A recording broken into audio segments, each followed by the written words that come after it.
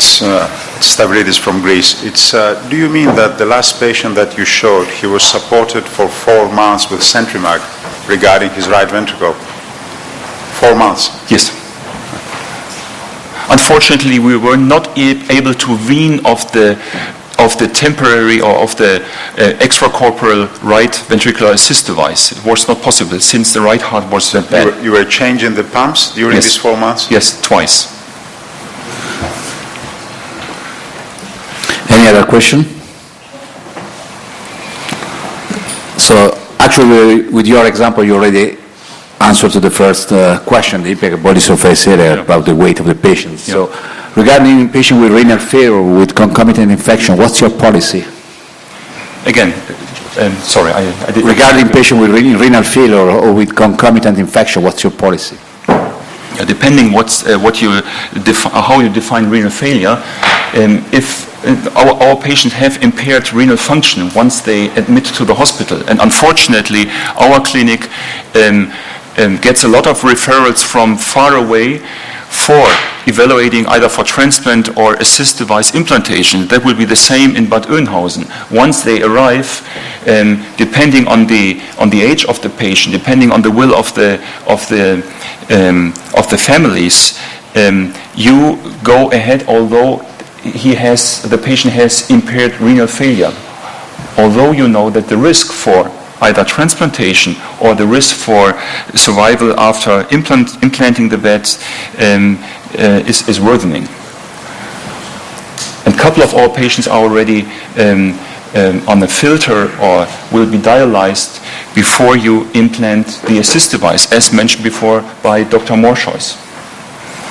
And as far as infection is concerned? You talk about sepsis, or what do you mean with infection? That will be the same. If there's a patient in multi-organ failure, of course we have to think twice if this will be the right strategy to implant. You have to think about resources of your hospital.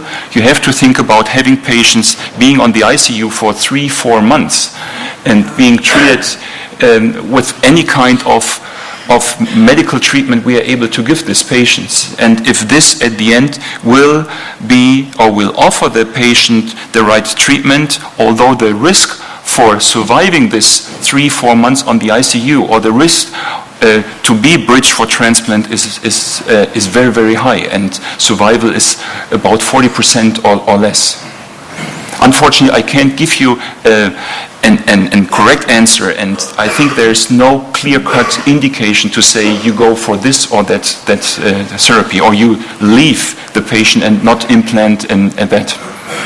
And you have actually given already a good example of concomitant cardiac procedures with your slides before. Yeah.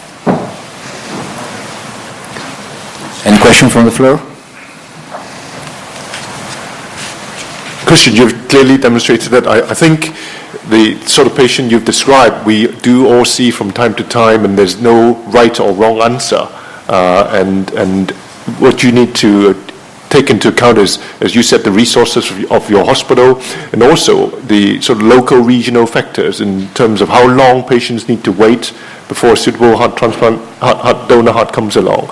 And certainly for us, we would also look at the social side of the patient, because even though sometimes, yes, you can put a VAD in, but we've had experience that once we put a VAD in, we find that the patient has no social network of support, and the patient is stuck in hospital for many, many months on a VAD, mobile, ambulatory, but that obviously still impacts on your resource. Yes.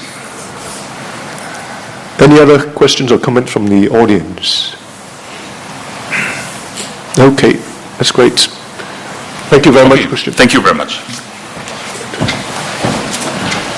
I don't see Professor Etzer here. Is anybody from Berlin replacing Professor Ronald?